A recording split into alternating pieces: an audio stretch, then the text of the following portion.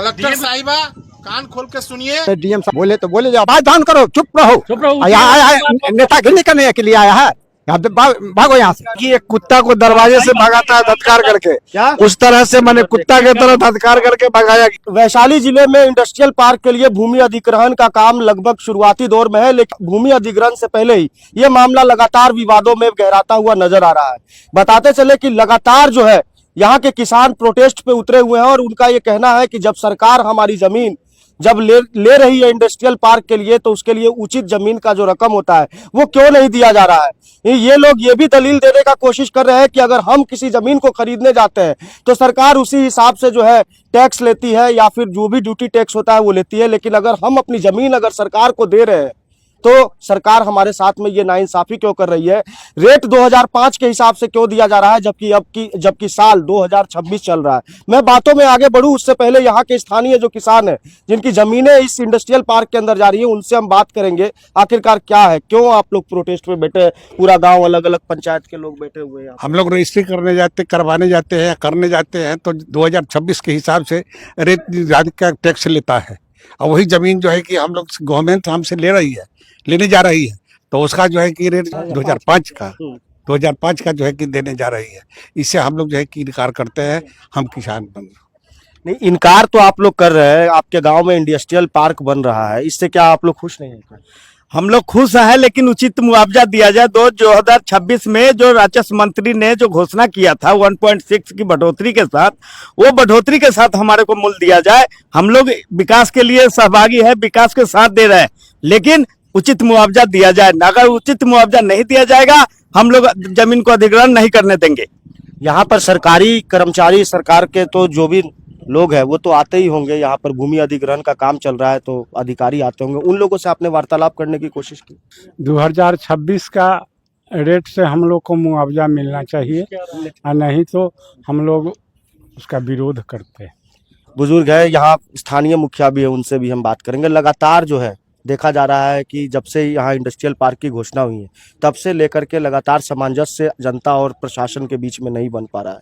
अब भूमि अधिग्रहण तक बात आ गई है। आपसे पिछली बार बात हुई, आपने बताया कि इंडस्ट्रियल पार्क लग रहा है सौभाग्य की बात, लेकिन अब विरोध क्यों?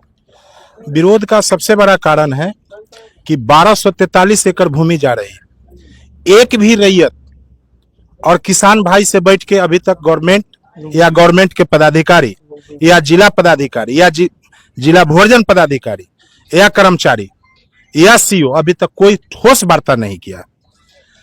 भूमि अधिग्रहण के अंतिम फाइनल लिस्ट में लोग ये हैं, लेकिन सरकार क्या रेट देगी इसका अभी तक ब्लूप्रिंट हम लोग को मुहैया नहीं कराया गया। बिना आपसे पूछे हुए तो आप लोगों की जमीन कैसे ली जा सकती है बिना रेट तय किए हुए? अब सरकार मान ले कि जब भी पदाधिकारी लोग आते हैं, पुलिस फोर्स रहता है, जिला भूअर्जन कलेक्टर साहिबा आते हैं, उनके साथ फोर्स रहता है।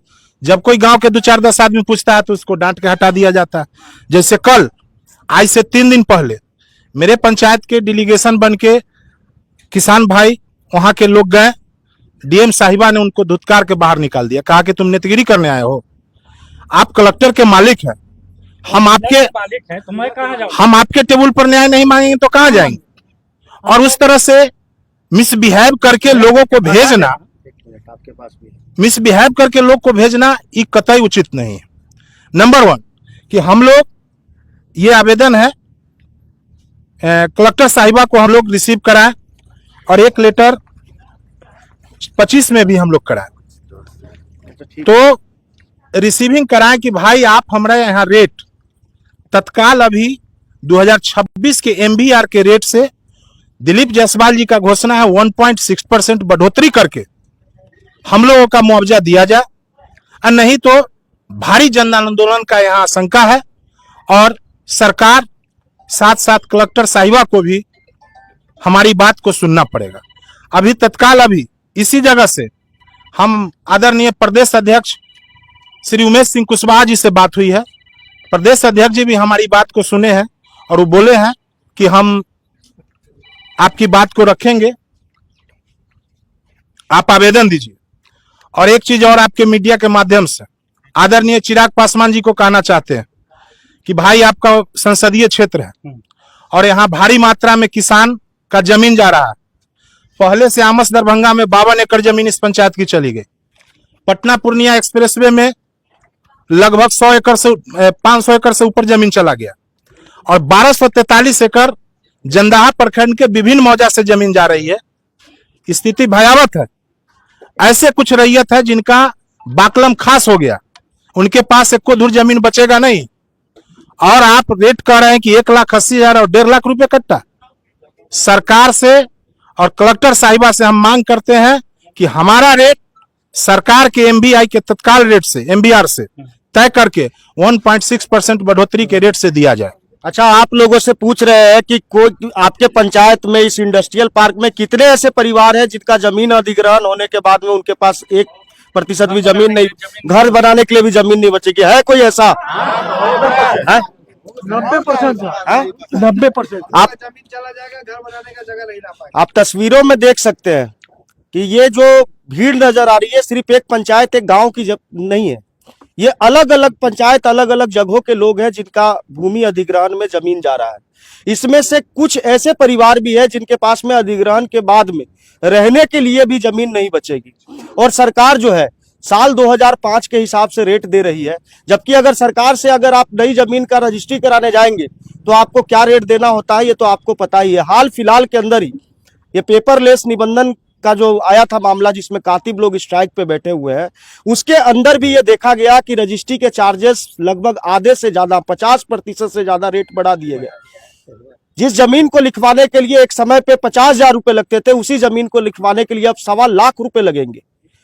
सरकार अपने तरीके से सोच रही है, लेकिन सरकार जिन चीजों के लिए है, जिनके लिए है, जो योजनाएं बनाते हैं, उन लोगों के लिए सरकार शायद सोच भी नहीं रही है। एक गंभीर आरोप भी है कि वरीय पदाधिकारी यहाँ पे आते हैं भू अर्जन से रिलेटेड और किसानों से वो बात नहीं करते हैं, सरकारी रेट के हिसाब से अपना रिपोर्ट तैयार कर करके और वरीय पदाधिकारियों को दे देते हैं। जब वरीय पदाधिकारियों के पास ये जाते हैं तो वहां से इन्हें दुत्कार करके भेज दिया जाता है, कहा जाता है कि नेतागिरी मत करो। क्या डीएम साहिबा बोली कॉरिडोर में हम लोग आवेदन देके उनसे मिलना चाहे। हमारे बुजुर्ग चाचा जी हैं, साथ थे, हमारे बहुत सारे किसान बंधु थे हम लोग के साथ। पहले हम एडीएम से मिले, भू अर्जन पदाधिकारी से मिले, उन्होंने कहा कि हम डीएम साहब को बोलते हैं, आप लोग 2 मिनट मिल लीजिए। जब डीएम साहब कॉरिडोर में निकली, हम लोग खड़े थे, तो बोलती हैं कि आप लोग नेतागिरी करते हैं। और एक किसान होने के नाते वो जिला के अधिकारी हैं, तो हम लोग कहाँ जाएंगे, किससे मिलेंगे? अपने मांग के लिए, अपने अधिकार के लिए किससे लड़ेंगे? और उसके बाद यहाँ संवाद भिजवाते हैं जो उसको देखो सीसीटीवी में कैमरा, उसको हम गोली मार देंगे। और यहाँ का जनप्रतिनिधि आके हमारे गांव में डराता है जो डीएम का आपको फोन आया है, जो इस तरह के बाद डीएम बोल रहा है, जो उसका देखो, उसको फोटो कोई केस में है तो उसको फंसाओ। क्या डरा के हमारी जमीन को लेना चाहिए? वैशाली जिलाधिकारी महोदया का एक वीडियो आपने सोशल मीडिया पे पहले भी देखा होगा, हाजीपुर विधानसभा के दौलतपुर चांदी में किस तरीके से वहां पर जो है उनका एक नया स्वरूप देखने को मिला था, जिसमें आम जनता को ही वो डराती धमकाती हुई नजर आ रही थी। लेकिन यहाँ पर तो स्पष्ट तौर पे सामने आकर के लोग कह रहे हैं कि उनके पास फरियाद लेकर के जाते हैं तो उनको नेतागिरी का टप्पा लगा करके डराने धमकाने का प्रयास किया जा रहा है।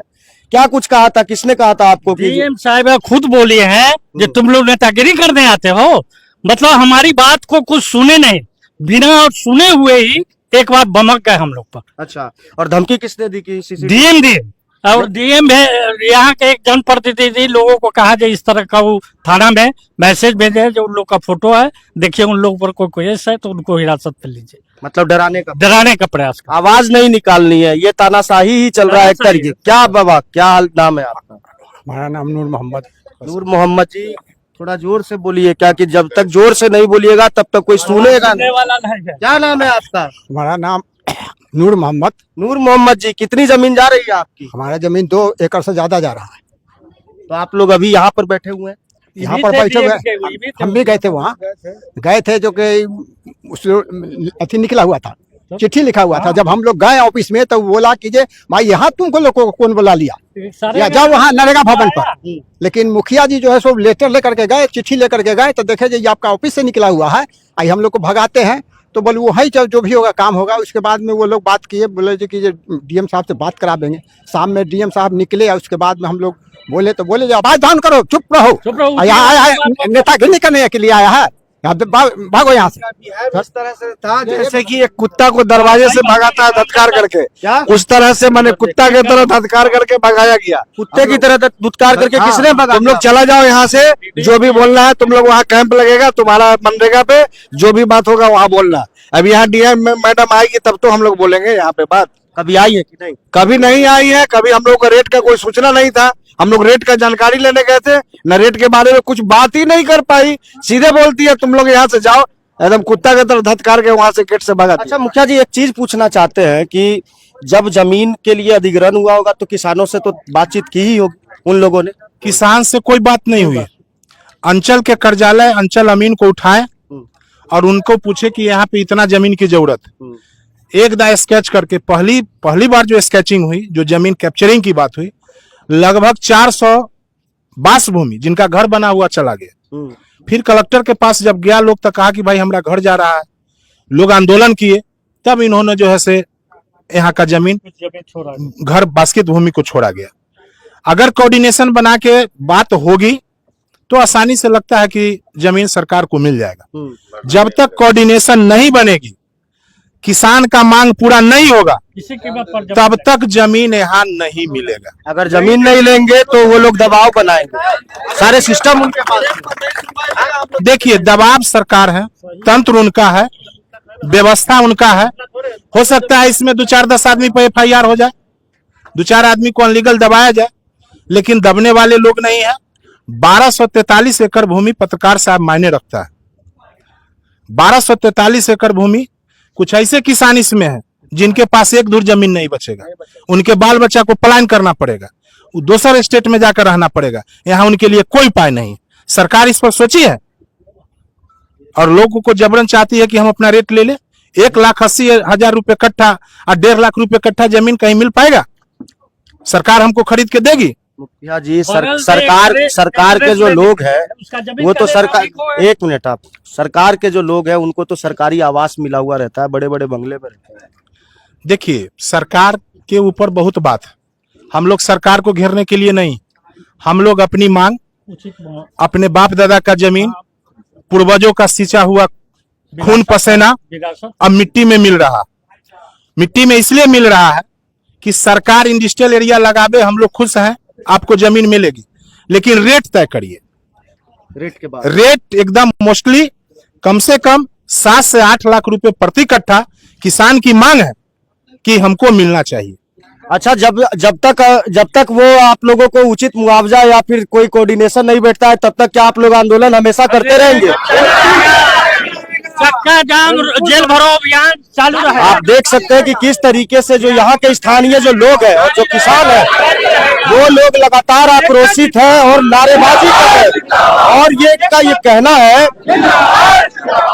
कहना है कि जिस तरीके से इनके साथ में व्यवहार किया गया, ना इनके साथ में कोई सामंजस्य बैठा करके ना रेट तय किया गया, ना ही जमीनों के अधिग्रहण से संबंधित कोई बातचीत की गई। ये अपनी फरियाद लेकर के वैशाली जिला कलेक्टर के पास में जाते हैं तो इन्हें दुत्कार करके बाहर भेज दिया जाता है। लेकिन इन लोगों के पास में सबसे बड़ी समस्या ये है कि ये आने वाले समय में ये उस परिवारों के लिए है कि जिसके पास में भूमि अधिग्रहण के बाद में कोई जमीन नहीं बचेगी। जब आने वाली पीढ़ियां इनसे जब सवाल पूछेंगी कि बाप दादाओं ने विरासत में क्या कुछ छोड़ा था, तो उनको दिखाने के लिए कुछ भी नहीं रहेगा। जो सरकारी रेट है उस रेट से ये पैसा मांग रहे हैं, उससे ज्यादा ना मांग रहे हैं ना कम मांग रहे हैं। सरकार को भी इस पे विचार करने की जरूरत है। और सिर्फ वैशाली जिला अधिकारी ही नहीं, यहाँ के स्थानीय सांसद, विधायक, इसके अलावा यहाँ प्रदेश के मुख्यमंत्री सहित भूमि राजस्व सुधार मंत्री है, उन लोगों को भी हस्तक्षेप करना चाहिए, क्योंकि विकास में ये बाधक नहीं। विकास के लिए खुश है कि इनके गांव में इंडस्ट्रियल पार्क बनाए, यहाँ के स्थानीय युवाओं को रोजगार मिलेगा, लेकिन साथ साथ में चिंता ये भी देखनी होगी कि जिनके पास में कुछ बचता नहीं है, उनके आने वाले भविष्य में उनका जीवन कैसे चलेगा, उनका भरण पोषण कैसे चलेगा। सवाल कई सारे हैं, लेकिन जवाब शायद किसी के पास नहीं। आने वाले समय के अंदर इस भूमि अधिग्रहण के अंदर और क्या सारे मामले निकल करके आते हैं, उसके लिए बने रहे हमारे चैनल देशमत न्यूज पर।